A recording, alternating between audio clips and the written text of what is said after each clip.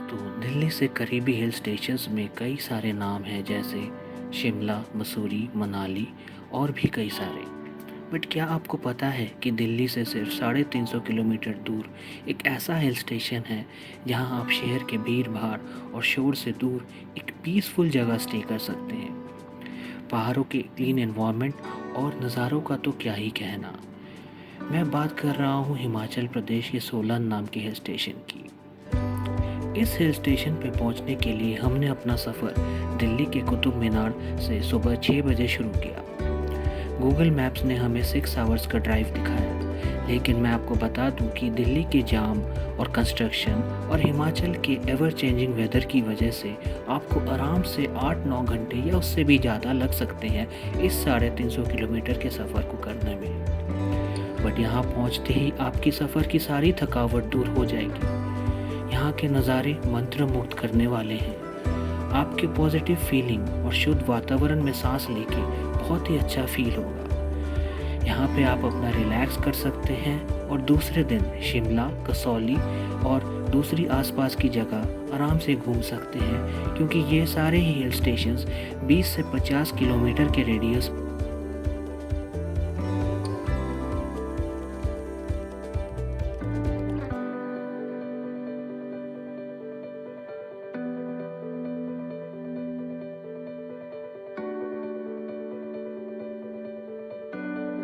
हमने अपने रूट को कुछ इस तरह प्लान किया। दिल्ली से मुरथल, पानीपत, करनाल, कुरुक्षेत्र, अम्बाला, जीरकपुर और धर्मपुर होते हुए हम सोलन पहुँचे। इस ट्रिप का मेजर पार्ट नेशनल हाईवे 44 और हिमालयन एक्सप्रेसवे पर होगा। टोल्स की बात करें तो इस रूट पे आपको 6 टोल्स देने पड़ेंगे।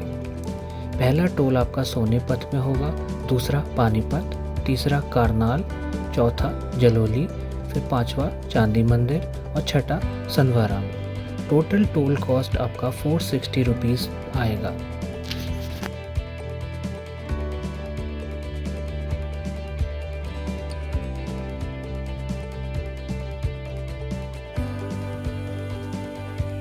दिन भर के सफ़र के बाद हम अपने होमस्टे पे करीबन 5 बजे पहुँचे। रूट पे लैंडस्लाइड्स की वजह से कई रूट्स 4 लेन से 2 लेन हो गए थे। वीकेंड्स के रश की वजह से हमें जाम भी कई जगह मिला। होमस्टे के अंदर जाते ही हमें जो व्यूज़ मिले उससे हमारी सारी थकावट दूर हो गई और हमने खुद को रिफ़्रेश्ड पाया। केयरटेकर कपिल भाई के हेल्प के साथ हमने अपने लिए खुद खाना बनाया और बैल्कनी में बैठ के डिनर एंजॉय किया। बर्फीली हिमालयन हवाओं और नज़ारों के साथ ये डिनर अलग ही लेवल का डिनर था।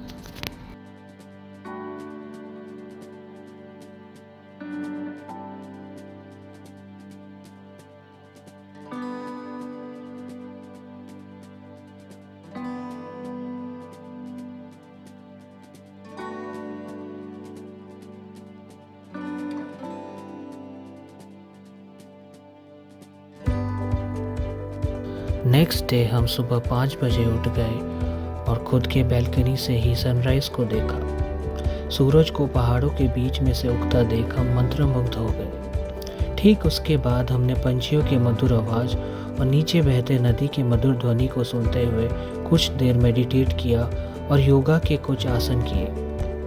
हमारे माइंड और बॉडीज़ दोनों ही अब एकदम फ्रेश और रिलैक्स स्टेट में पहुंच गए थे। इसके बाद हमने हल्का बट टेस्टी ब्रेकफास्ट किया, जिसका फुल क्रेडिट केयरटेकर कपिल भाई को जाता है। फिर चाय की मीठी चुस्की लेते हुए हमने नज़ारों का आनंद लिया। करीबन 11 बजे हमने फैसला किया कि हम ट्रैक करते हुए नदी तक जाएंगे। रास्ता काफ़ी डेंजरस था और कोबरा भी पाए जाते हैं, ऐसा हमें लोकल्स ने बताया था। हमें 2 क्यूट हिमाचली लोकल बच्चों ने नदी तक का रास्ता दिखाया। रास्ता काफ़ी टफ था और हमारे ग्रुप के ऑलमोस्ट सभी लोग 1 या 2 बार गिरे। नदी के किनारे पहुंचते ही मानो हमारे होश उड़ गए। हमने करीबन 30 मिनट नदी में खूब एंजॉय किया और नहाया भी। नदी का पानी फ्रीजिंग कोल्ड था, बट बहुत ही क्लीन भी। यहाँ कोई और टूरिस्ट नहीं था, जस्ट कुछ लोकल्स थे।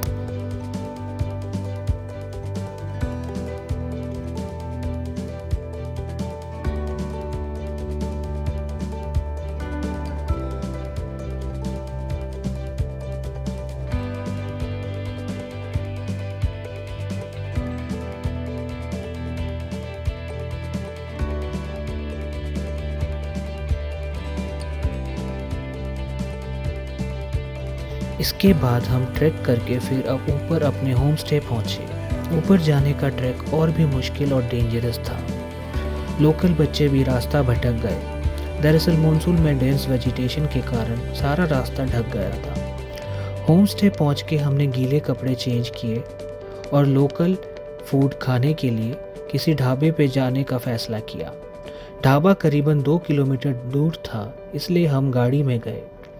इसी बीच बारिश भी शुरू हो गई और मौसम और भी सुहाना हो गया। लंच ढाबे में काफ़ी स्वादिष्ट था। लंच के बाद हमने थोड़ा लोकल एरिया एक्सप्लोर किया और शाम 6 बजे होम स्टे वापस आ गए और डिनर बनाया और खूब एंजॉय किया।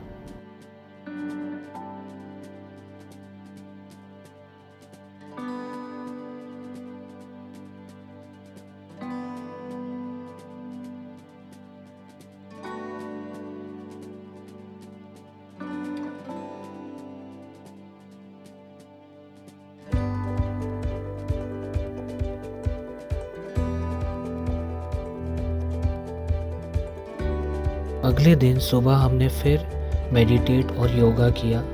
सुबह से ही बारिश बहुत तेज़ हो रही थी। हमने चाय की चुस्की लेते हुए बारिश को खूब एंजॉय किया। फिर ब्रेकफास्ट करके हमने दिल पे पत्थर रखते हुए सोलन को अलविदा कहना पड़ा। हमने अपना रिटर्न जर्नी भोले बाबा का नाम लेते हुए किया। यही था दोस्तों हमारे दिल्ली से सोलन तक का सफ़र। अगर आपको हमारा वीडियो अच्छा लगा तो प्लीज़ इसे लाइक, शेयर और हमारे चैनल द इंडियन वे को सब्सक्राइब कीजिए। हम और भी अच्छा कंटेंट आगे लाने की कोशिश करते रहेंगे। धन्यवाद। Thanks for your time and keep exploring the Indian way.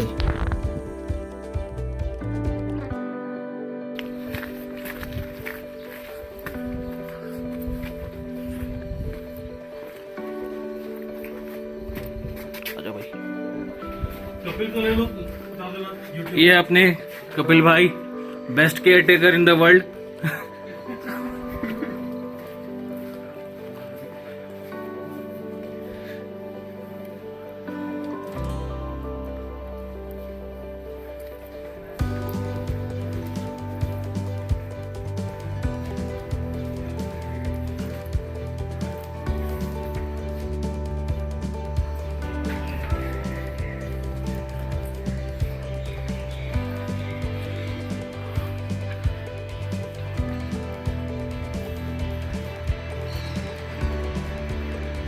Guys, look at the views. अगर आपको शांति और ट्रैंक्विलिटी चाहिए तो आप इस होम स्टे पे ज़रूर आना।